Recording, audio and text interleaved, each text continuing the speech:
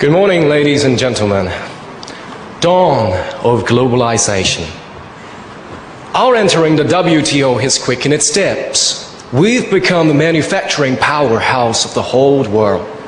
What will follow? Exploitation, economic invasion, confrontation, hostility? Not really, provided that we handle the current situation wisely. Confucius said, "The gentleman is versed in what is moral. The small man is versed in what is profitable." For the sake of economic reconstruction, however, we are chasing big bucks, and materialism is now the name of the game. A rapid growth in GDP is accompanied by worrying moral negligence. Loyalty, sincerity, modesty, and filial piety might be cadences of the past. We have actually been losing our traditions not because of direct threats or attacks from others. Globalization is only a catalyst. You may be buying a McDonald's franchise and making a big fortune, but you don't know at the same time you're not only changing your kids' palate, but also teaching your families not to cook and becoming slack in our time-honored culinary art. There's no escaping it. Globalization is marked by sophisticated, advanced technology and cheap, accessible communication methods. But ever since the May 4th movement, isn't it what we've been clamoring for? But what we do not realize is that coming from the West is more than just Mr. Democracy and Science. Mr. Individualism has also stealthily crept in. Being influenced by it, we are becoming more self-centered and selfish. Paradoxically, however, our traditional culture and values teach us to a certain extent to start with individualism. How can you rule a country, administer a government, or even maintain a family without being able to manage yourself? So globalization is a golden opportunity for self-evaluation. It's outrageously arrogant to think that we are the best in the world. Even if we are, we still have to be humble. This is the Chinese way. And let me talk about my experience in my hometown, Hong Kong, and other two international examples. British colonial rule turned Hong Kong into a multicultural metropolis, basking in Chinese and Western cultures. Our preeminent need now is to find further sustenance from our mother culture to bolster a stronger local identity. Our government, adopted an expeditious language policy to enforce Cantonese as the medium of instruction in secondary school, and Putonghua is expected to take its place in long term. And for Japan, you see her successful Meiji modernization conserved her traditional values and at the same time assimilating Western cultures. The French, on the other hand, who are notoriously proud of their national ethnic endowments, are trying with all their might to fend off Americanism brought about by globalization. And let's face it, there's more than one way to skin a cat. My proposition is to adopt a more proactive approach. We can serve the ball. For McDonaldization, we can offer dim sumization. To counter Disneyland, how about a Chinese opera theme park? Don't forget we're now a major player in the New World Order. Zhang Yimou, Tian Zhangzhang, Li An, John Woo, and Jackie Chan have already made their presence felt in world cinemas. Every day, in every corner of the world, non-Chinese people are practicing Tai Chi and Kung Fu. Sinology is a hot topic in major universities, and countless examples. Endowed with such excellent traditions spanning more than 5,000 years, we have abundant cultural resources to offer. If we have learned a thing or two from our British friends in brand naming theirs as cultural creative industry, we can export ours to the entire world. So a new, re-engineered cultural policy is the answer. Finally, let's not forget we, university students, are well educated to become the model for all to emulate. It's our responsibility to uphold our traditional values.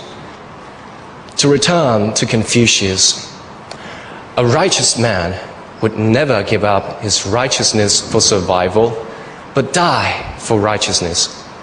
This is no easy task, but it's our challenging, glorious fate. Thank you.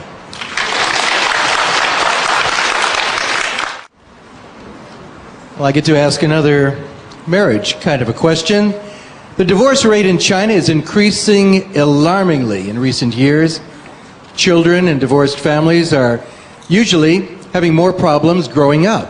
In your view, what impact do you think divorce may have on children and how to deal with it?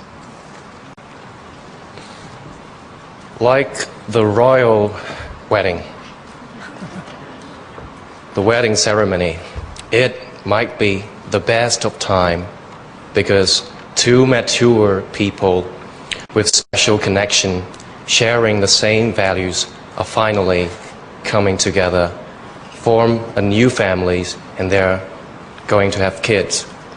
What a picture.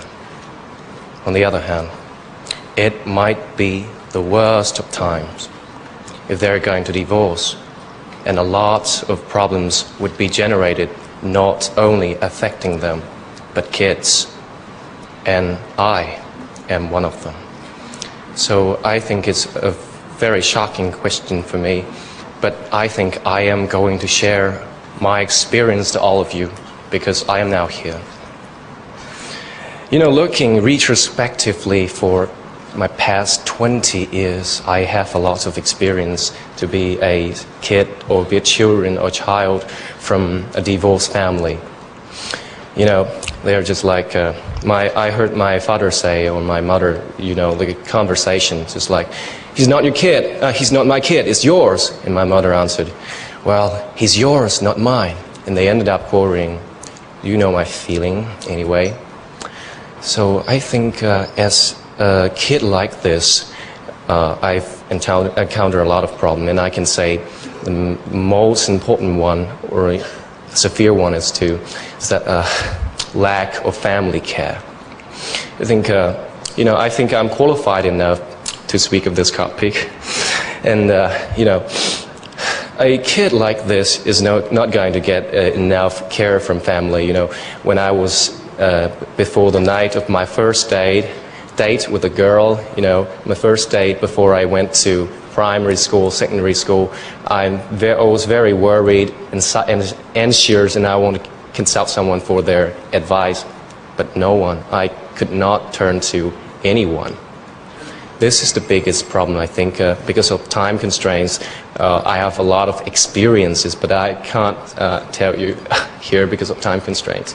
But I am so proud to be here that I turned out to be a good guy anyway, because, you know, I'm one of the contestants, 60 contestants for all over mainland here, and I'm a university student. Because when I encounter problems, I turn to my good teachers, my peers, my social workers. I think there's a lot of problem. And, you know, kids from divorced family is going to be kind of have some kind of feeling of inferiority. They don't like to communicate with other people. They appear to be cool or arrogant, but there's deep inside their heart is a sign of kind of inferiority sometimes. So I think the most important thing is to be, if you're one of the divorced student kids, you have to be more bright to communicate with others. And you know, I think I had good teachers in my secondary schools. If I encounter problems, I just turned to her, and she solved a lot of problems of mine. And you know, there was always temptation in my early life. You know, I always hang out with kids or other guys from divorced families, and one day told me, why not join a triad gangs or something? We can get money, we can get girls, or even drugs. Wow, it's kind of tempting to a kid of 15 or 16 years old. But you know, I respect my teacher that much, so I asked her, and she told me all the consequences of being like that. So finally, I know, and I'm become a good guy here. I think the most important thing is to, join, the cooperation of schools, governments, and you people. We are common people, just like many contestants stated that we're born equal. We're nothing in a physical sense or mental sense. We are equal. So our government should increase the number of social workers in our schools. I think it's very important. We can turn to them if I encounter problems. Thank you. Thank you very much for sharing your personal experience with us. I would like to ask you a creative question. What do you think a society will look like if divorce is disallowed? Wow, what a picture again. And I think, if it's like that, there must be pros and cons. But I think it's more kind of like an ancient world, ancient society, like 1,000 or 2,000 years ago in some sense. Because, I think divorce is kind of freedom. It's freedom. I think I treasure freedom very much. But it is prohibited. And I don't think there's any contradiction to our human rights or laws or something. But at the same time, I think it's not always bad to be a kid coming from, growing up in a divorced family. You may ask, I'm kind of supporting divorce. It's quite contradicting to my identity, but I think I turned out to be very self-independent. It's not always bad to grow up in a divorced family, and I think the picture would be quite blurred. I don't know. We have to secure human rights and freedom, and I think it's not going to be a good world with they don't like each other and they just saying, well, maybe they are sleeping on the same bed or living in the same apartment, but there might be confrontation, hostility, privacy invasion, or kind of a lot of problems would be generated.